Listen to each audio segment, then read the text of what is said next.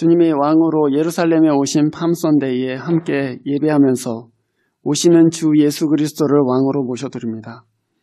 주께서 이 예배 가운데 왕으로 좌정해 주시고 또 하나님, 비록 사람이 서서 주의 말씀을 대언하고 있지만 우리 심령에는 하나님께서 직접 말씀하여 주시옵소서.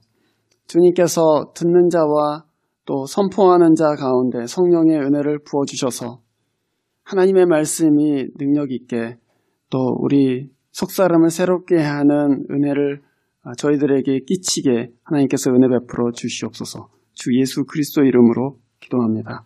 아멘. 공생의 마지막 주간에 주님께서는 제자들과 함께 예루살렘에 입성하셨습니다. 사람들은 예수님이 예루살렘으로 가까이 오는 것을 보고 길가에다가 옷을 깔고 종려 나뭇가지를 흔들면서 호산나 하고 외쳤습니다. 그래서 우리가 오늘 이 주일을 종려주일이라고 얘기하는 이유가 예수님께서 오실 때 사람들이 종려나무가지를 들고 흔들었다. 그리고 예수님 웰컴했다. 그래서 종려주일 이렇게 얘기합니다. 호산나 그렇게 외쳤습니다. 그 말은 우리를 구원하소서 그런 의미입니다. 말하자면 예수님께서 이 예루살렘으로 들어오실 때 사람들은 이분이 바로 메시아이시다 하고서는 맞아들이고 환영했다 그런 얘기입니다. 주께서는 왕으로 당신의 도시에 들어오셨습니다.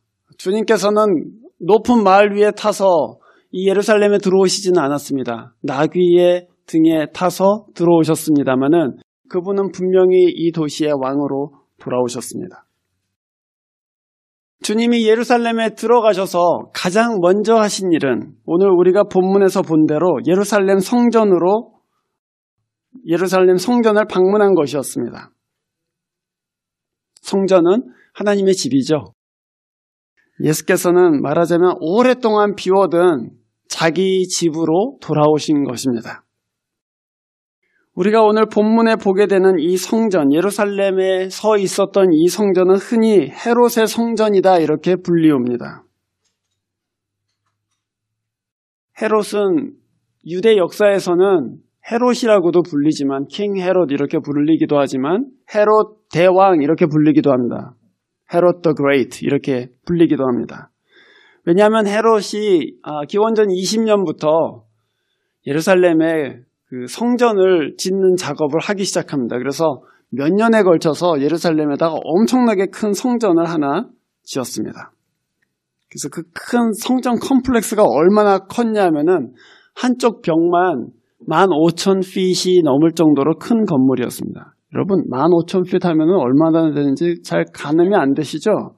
4.5km입니다.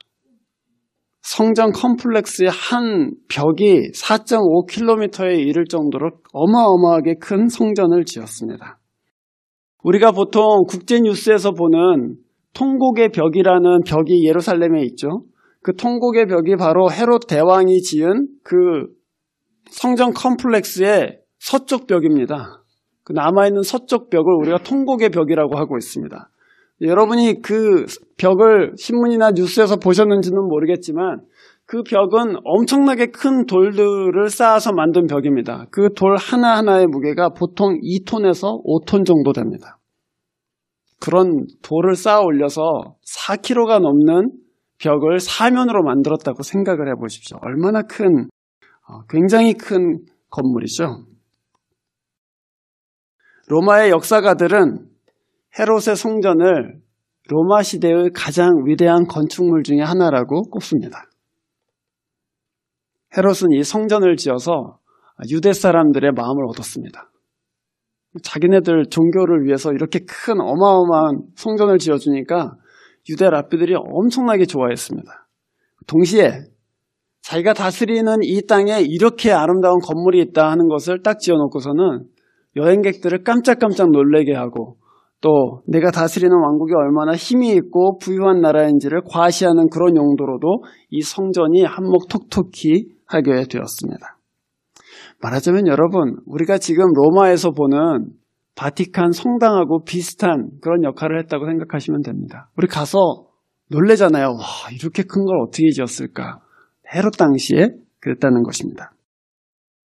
예수님은 갈릴리에서 제자들과 함께 예루살렘에 들어오셨습니다. 그리고서는 왕으로서의 첫 번째 임무로 성전에 들어가셨어요. 그런데 제자들이 그 갈릴리 촌사람들이 성전에 들어와서는 다 놀란 거예요.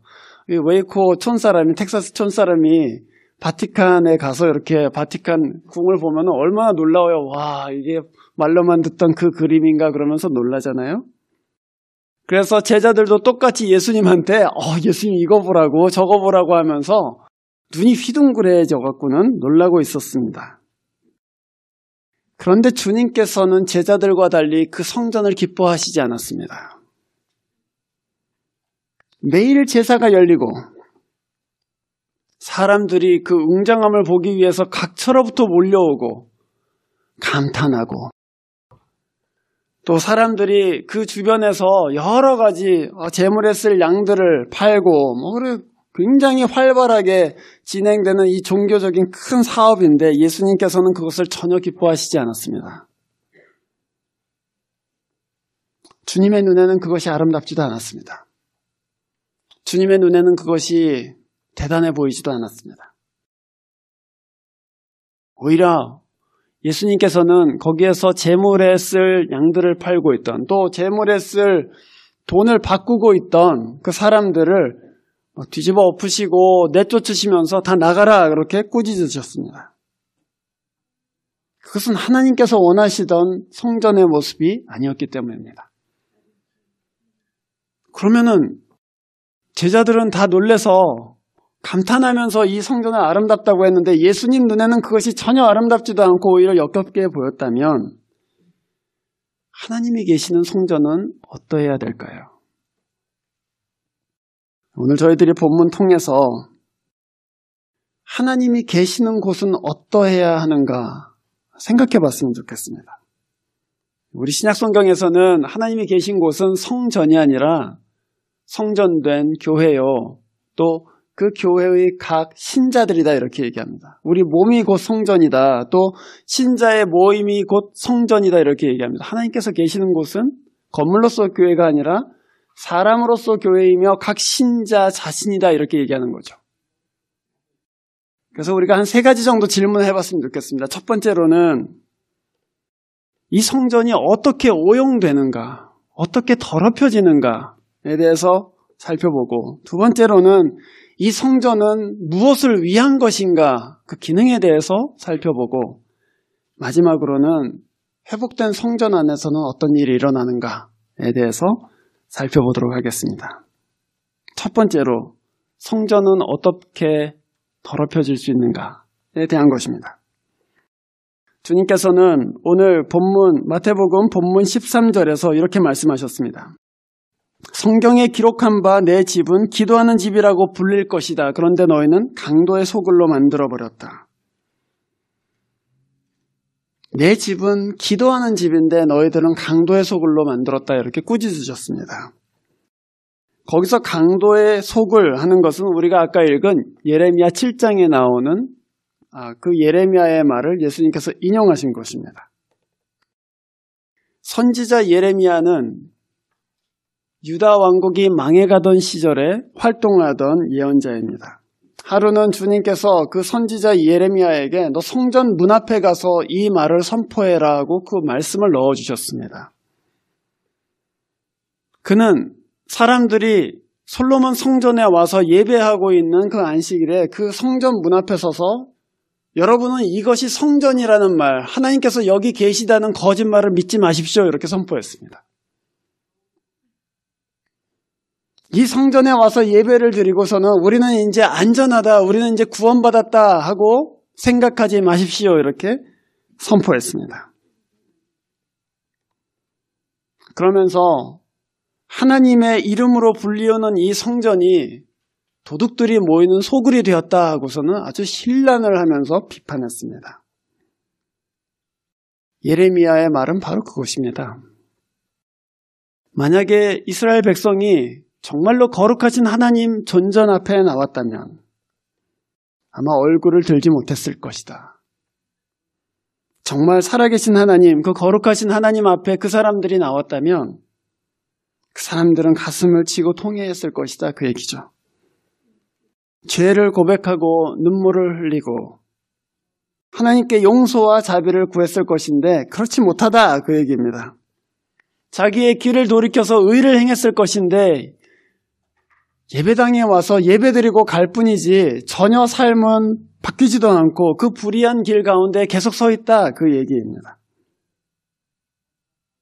그것이 성전의 참된 목적이죠. 하나님의 존전 앞에 나와 하나님의 거룩하심 앞에 자기를 드러내 보이고 자기의 죄를 고백하고 하나님께서 용서하시고 은혜를 베푸시는 것을 경험하고 그리고 겸손한 마음으로 다시 돌아가서 내 길을 고치는 것, 그것이 사실 성전의 기능이잖아요.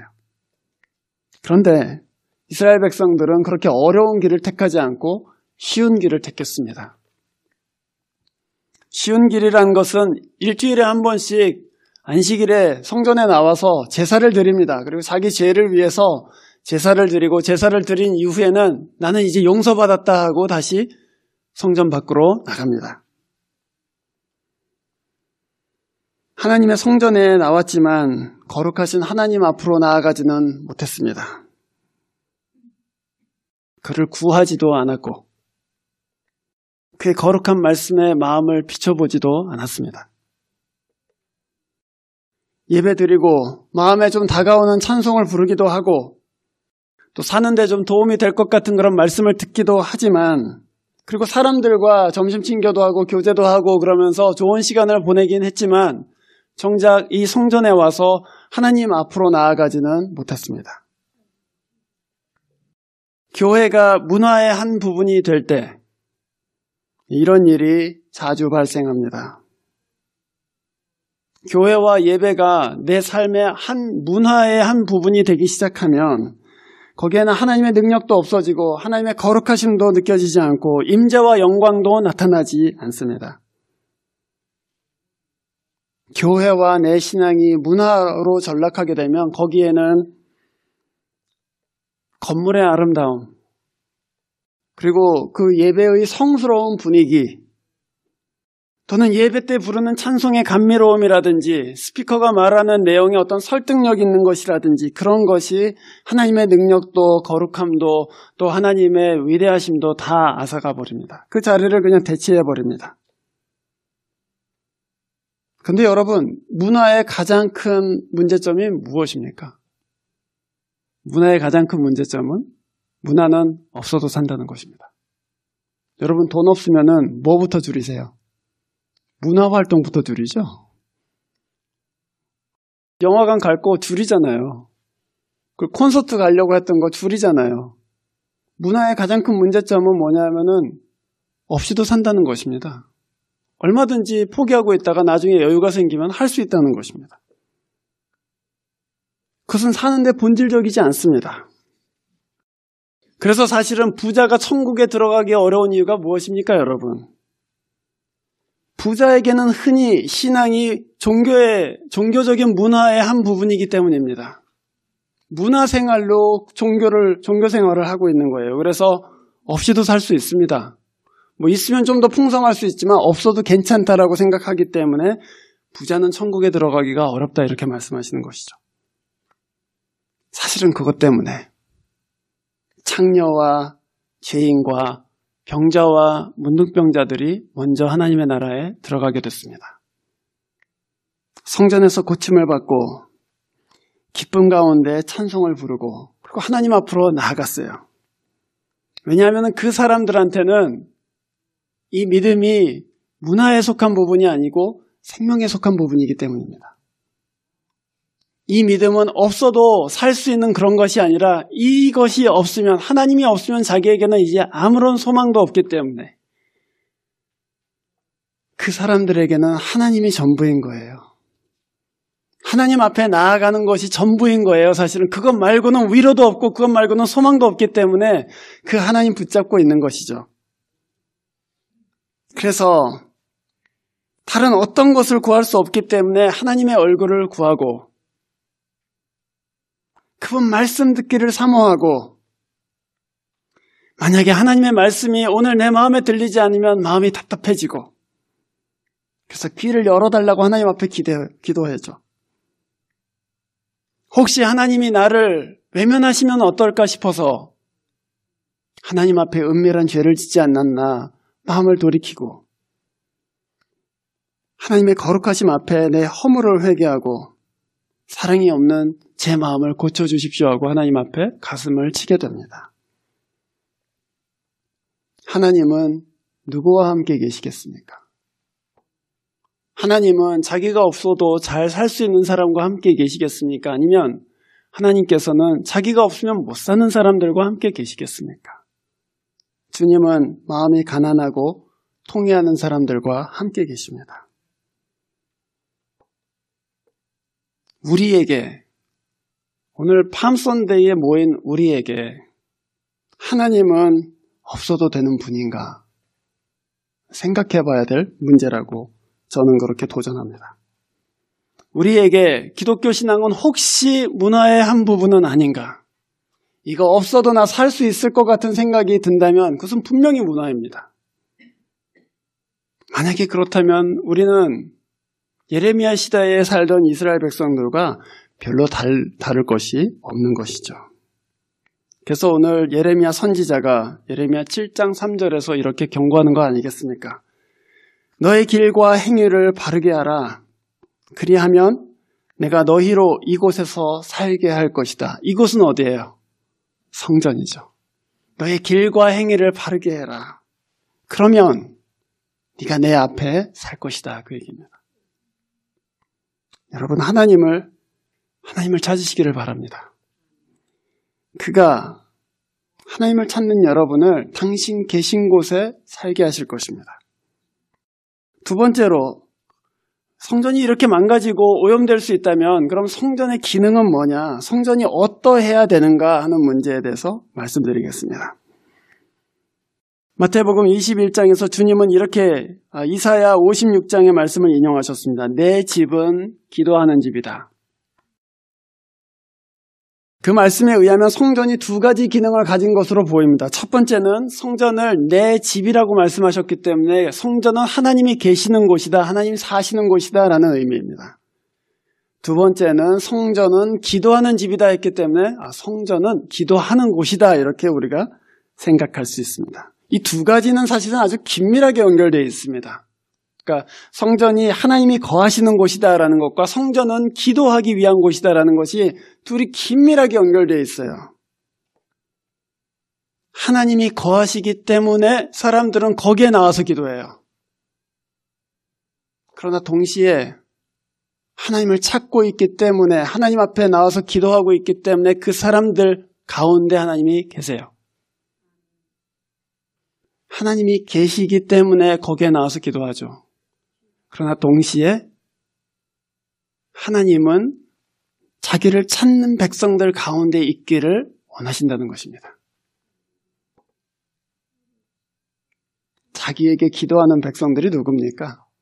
하나님의 영광을 구하는 사람들, 하나님의 은혜와 능력을 구하는 사람들, 그 가운데 하나님이 거하시기를 기뻐하신다 그 얘기입니다. 그리스도께서는 왕의 도시인 예루살렘에 가셔서 가장 먼저 성전을 찾아가셨습니다. 거기가 하나님께서 거하시는 곳이기 때문입니다. 그리고 거기서 하나님께서 자기 백성을 만나기 때문이죠. 그런데 여러분, 예루살렘 그 성전은 사실상은 여러 가지 구획으로 엄격하게 나눠져 있었습니다.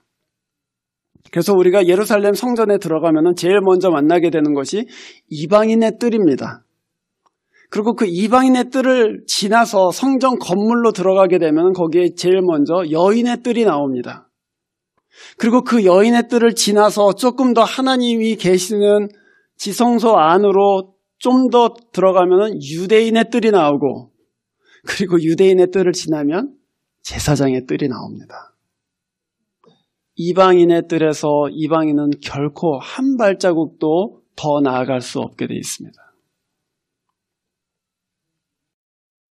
오늘 예수님께서는 예루살렘에 들어가셔서 성전 안에 있던 동물 파는 사람들, 재물 파는 사람들, 그리고 돈 바꿔주는 사람들을 내쫓으셨다 이렇게 되어 있습니다. 이 사람들은 다 이방인의 뜰에서 장사하던 사람들입니다. 주님은 이사야 56장 7절을 인용하시면서 내 집은 만민의 기도하는 집이다. 이 마태복음에는 만민이라는 말이 빠져있지만 사실은 만민의 기도하는 집이다. 그것이 원문의 의미입니다. 그렇게 말씀하셨습니다. 만민이 기도하는 집이다. 성전은 모든 사람을 위해서 있다. 그 얘기입니다. 모든 사람이 와서 하나님 앞에 나올 수 있는 곳이 바로 성전이다. 그 얘기죠. 남녀노소에 상관없이, 인종에 상관없이, 가지고 못 가진 거에 상관없이, 교육 수준과 신분에 상관없이 모든 사람이 하나님 앞에 나오는 곳이 바로 성전이다. 그 얘기입니다. 그런데 이방인들이 예루살렘에 기도하러 하나님 앞에 나오게 되면 여러분 누구를 만나게 되겠습니까? 그는 시장통인 거예요. 하나님 앞에 기도하러 나왔지만 양 팔고 소 팔고 돈 바꿔주느라고 떠들썩하고 시장통에 있게 되는 거예요. 하나님 앞에 기도할 수가 없어요, 사실은. 그래서 주님께서는 그 사람들을 내쫓으셨습니다. 예배에 반드시 필요한 사람들 아니에요. 재물이 있어야 되잖아요. 하지만 여기는 이방인들이 와서 기도하는 곳이다. 이곳 이외에는 이방인들이 나아갈 곳이 없다. 나가라. 그러고서는 다 내쫓으셨습니다.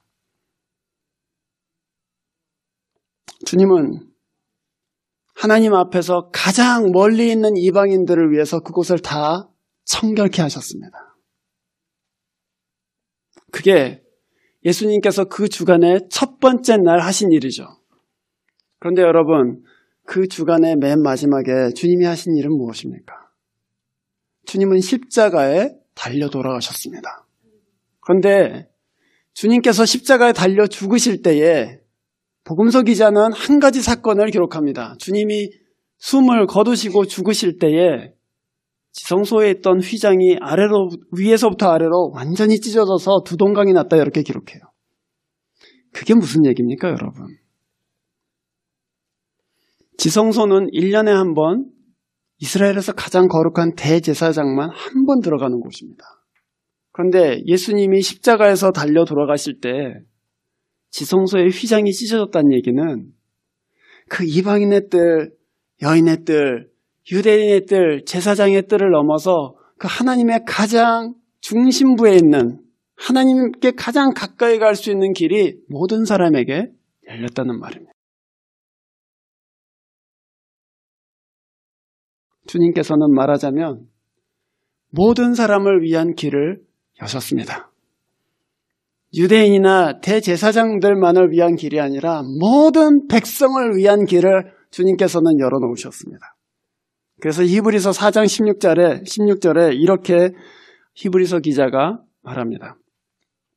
우리는 긍휼하심을 받고 때를 따라 돕는 은혜를 얻기 위하여 은혜의 보좌 앞에 담대히 나아갈 것이니라. 은혜의 보좌, 그것은 지성소의 안에 있었던 법궤를 덮고 있던 뚜껑을 얘기합니다. 거기가 하나님이 계시는 곳이라고 생각했어요. 근데 히브리서 기자는 뭐라고 하냐면 만약에 당신이 예수 그리스도가 당신을 위한 대제사장이라고 생각한다면 당신은 담대하게 그 하나님 앞으로 나아갈 수 있습니다. 그렇게 얘기하는 거예요. 그리스도께서는 가장 비천한 사람들, 가장 하나님께 멀리 있던 사람들을 하나님의 지성소에 나올 수 있도록 길을 열어주셨습니다. 그가 나의 대제사장이시다라고 믿는 사람들은 하나님 앞으로 나올 수 있습니다. 담대하게 나올 수 있어요. 그런데 하나님 앞에 어떻게 나아갈까요? 주님께서는 길을 열어놓으셨다. 그래서 우리는 나아갈 수 있다. 그렇게 얘기했는데 하나님 앞에 어떻게 나아갈 수 있습니까? 기도로 나아가는 거예요. 기도 말고는 길이 없어요. 만약에 우리 교회와 우리가 하나님의 성전이라면 이제는 우리가 기도함으로 하나님 앞에 나아가는 거예요. 하나님의 얼굴을 구하시고 그 능력을 구하시기를 바랍니다. 그의 거룩하심 앞에 서시기를 힘쓰시기를 바랍니다. 우리는 죄인이지만, 우리는 때가 많지만, 우리는 미움이 가득하고 시기가 가득한 사람이지만, 그러나 하나님 앞으로 나아가는 거예요. 왜냐하면 그 대제사장 예수 그리스도가 우리 앞에 서 계시기 때문이에요. 여러분이 하나님의 얼굴을 구하기 시작하면, 여러분이 하나님의 능력을 구하기 시작하면 하나님은 여러분을 성전으로 삼으십니다. 만약에 우리가 성전이라면, 만민의 기도하는 집이 바로 이 교회이며 만민의 기도하는 집이 바로 우리 자신이라면, 그러면 이제 여러분은 예전과는 다른 기능을 가지게 되었다는 것을 의미합니다. 여러분 자신이 다른 기능으로 살게 되는 거예요. 여러분은 성전입니다. 여러분은 만민을 위한 기도의 집입니다. 여러분은 만민을 위해서 기도하는 집이고 또한 만민과 함께 기도하는 집입니다. 여러분을 통해서 만민이 그리스도를 만나게 되는 집입니다. 그래서 내가 성전되었다는 것을 진지하게 받아들이는 사람은 그냥 하나님께서 나랑 같이 계시는구나 그렇게 생각하는 게 아니죠. 나는 만민의 기도하는 집이구나. 만약에 이 교회가 만민의 기도하는 집이라면 이 교회는 만민을 위한 기도의 집이 되어야 할 것이고 모든 사람과 함께 기도할 수 있는 집이 되어야 할 것이고 모든 사람을 위해서 기도하는 집이 되어야 하지 않겠습니까? 여러분을 통해서 성전이신 여러분을 통해서 하나님의 거룩하심이 하나님의 자비로우심이 하나님의 은총이 여러분의 친구들과 여러분의 가족들과 여러분의 이웃들에게 드러나도록 그렇게 사시기를 바랍니다. 성전을 관리하고 있었던 대제사장들 그리고 율법학자들은 그 예수 그리스도 성전의 주인이신 그분을 받아들이지 않았습니다. 그러나 여러분은 만왕의 왕이신 그 그리스도를 그 앞에 엎드려 그분의 주권을 받아들이시기를 바랍니다. 그가 우리의 성소를 회복시키시도록 이 교회를 회복시키시고 우리 성전된 우리를 회복시키시도록 그리고 그분이 들어오셔서 우리 안에 있었던 거짓된 장사꾼들을 다 내쫓으시도록 우리 안에 하나님 앞에 나아가지 못했던 금들을 다 하나님께서 부수시고 그 예수께서 산 길을 다시금 우리 마음 가운데 내시기를 위해서 그 그리스도를 모셔드리기를 바랍니다. 마지막으로 회복된 성전에서는 어떤 일이 일어나는가? 주님께서는 오늘 예루살렘 성전에서 장사하고 있었던 사람들을 다 몰아내셨습니다. 아마 다 몰아내시지 못했을 거예요. 이방인의 뜰만 4km가 넘는데 그걸 어떻게 다 몰아내겠어요. 그 앞에 있던 사람들만 몰아냈겠죠. 그건 굉장히 상징적인 행동이었을 것입니다. 그런데 주님이 그 사람들을 몰아내고 나서 주님께 가까이 온 사람들이 있었습니다. 본문 14절에 보면 이렇게 되어 있습니다. 성전뜰에서 눈먼 사람들과 다리를 저는 사람들이 예수께 다가왔다. 주님이 이방인의 뜰에서 하나님께 가장 멀리 있었던 사람들을 위해서 공간을 만드시자 하나님께 가장 멀리 있던 사람들이 예수께 돌아왔습니다. 그리고 주님께서는 그들을 고쳐주셨습니다.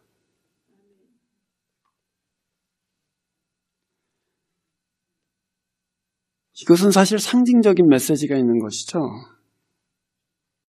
만약에 주님께서 성전된 교회를 정결케 하시면, 만약에 주님께서 성전된 우리를 정결케 하시면, 그러면 똑바로 보지 못했던 사람들이 보게 될 것이다. 바르게 걷지 못했던 사람들이 바르게 걷게 될 것이다. 그 말씀입니다. 주님은 이 성소를 깨끗하게 하시면서 치유해 주실 것이다. 회복시키실 것이다. 그 얘기입니다. 우리 마음의 성소가 그리스도를 받아들여서 정결케 되면 우리 마음속에 있었던 그 도둑놈들, 우리 마음속에 있었던 그 장사꾼들, 이것들이 계산하고 재보고 속이고 하던 그놈들이 다 물러가면, 예수께서 왕이 되셔서 그것들이 다 사라지면 주님은 비로소 우리를 통해서 회복하실 것이다. 주님은 비로소 우리를 통해서 고치실 것이다. 그 말씀입니다. 그러나 주님께로 온 사람들은 그냥 다리를 저는 사람들이나 또는 눈먼 사람들만이 아니었습니다. 그 다음 절, 대제사장들과 율법학자들은 어린아이들이 예수님께, 다윗의 자손 예수께 호산나 하는 것을 들었어요. 어린아이들이 그 이방인의 뜰에서 예수님이 하시는 일들을 보면서 다윗의 자손께 호산나 하고 찬송을 불렀다는 거예요. 성전이 회복되어지면 두 번째로는 우리 영혼이 그리스도를 어린아이와 같이 높이게 돼요. 자기를 높이는 게 아니에요. 자기를 생각하지도 않아요. 그리스도를 높이게 돼요. 내 주 예수 그리스도의 이름을 높인다고요. 대제사장들과 율법자들은 화가 나서 말렸습니다. 이 소리를 듣느냐 그러면서 사실은 막아라, 그만두게 해라, 이 말씀입니다. 그러나 아이들은 예수 그리스도를 알지도 못하는 다윗의 자손이라는 칭호를 써가면서 찬송한단 말이에요. 대제사장들과 율법학자들의 눈에는 하나님의 역사가 보이지 않습니다. 하나님이 하시는 이 위대한 일들이 보이지 않습니다. 그러나 어린아이들 눈에는, 믿음으로 씻겨진 성소된 우리의 눈에는 그 하나님의 역사가 보이기 시작하는 거예요. 하나님이 고치시는 것이 보이기 시작하고 하나님이 내 길을 바르게 만드시는 것이 보이기 시작하는 거예요. 그래서 주 예수께 영광 돌리면서 호산나, 우리를 구하소서라고 외치게 되는 것이죠.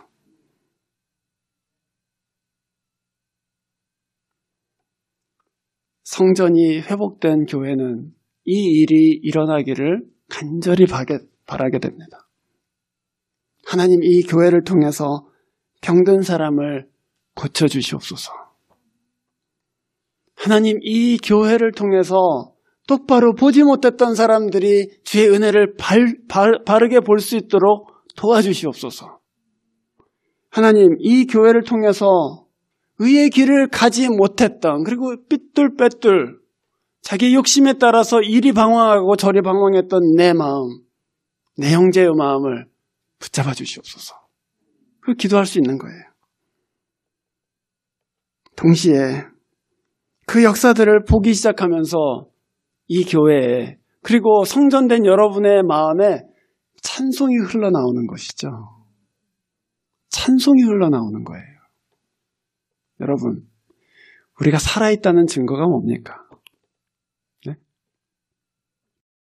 우리가 그냥 뭐 믿음이나 무슨 영적인 거 그런 거 생각하지 말고, 어떤 사람이 쟤 진짜 활기가 넘치고 좋다, 그럴 때가 언제예요? 얘가 미친놈처럼 노래를 흥얼흥얼 부르고 다닐 때 쟤 무슨 좋은 일이 있나 보다 그러고서는 잘 살고 있다 이렇게 얘기하잖아요. 그런데 신자도 똑같아요. 신자 안에 생명이 있다는 증거가 뭐예요? 찬송한다는 거예요. 샤워하면서도 하나님의 은혜를 생각하니 울다가도 웃을 날이 있고, 하나님의 은혜를 생각하니 걷다가도 하나님 감사합니다 그러고서는 경배를 올리게 되고, 그러나 여러분의 입술에서 찬송이 사라지고 여러분의 마음에서 찬송이 사라진다는 것은 무슨 얘기입니까? 여러분이 지금 영적으로 어둡다, 죽어간다, 그 얘기입니다. 그때 여러분이 성소인 것을 기억하십시오. 그리고 여러분을 정결케 하실 분은 오직 한 분밖에 없어요. 여러분 스스로는 자기의 성소를 정결케 할 수가 없어요. 그때 우리 성소를 깨끗게 하실 예수 그리스도를 웰컴하는 거예요. 예수여, 내 마음 가운데 이 성소인 교회 가운데 오셔서 정결케 하시고 고쳐주시고 찬송하게 하여 주시옵소서. 그 은혜가 성전된 여러분에게 그리고 하나님의 성전된 이 교회에 임하기를 주의 이름으로 축원합니다. 기도하겠습니다. 하나님 아버지, 만민의 기도하는 집된 저희들에게 오셔서 다스려 주시고 정결케 해 주시며 바로 보지 못했던 영혼들이 보게 되고 똑바로 걷지 못했던 우리의 발걸음이 의의 길을 곧바로 걸어갈 수 있도록 도와주시옵소서. 또 하나님, 우리 마음 가운데 구주를 모시는 기쁨이 회복되어지게 해주시고 하나님을 향해서 기도하고 찬송하고 감사하는 교회 되도록 은혜 베풀어 주시옵소서. 우리 주 예수 그리스도의 이름으로 기도합니다. 아멘.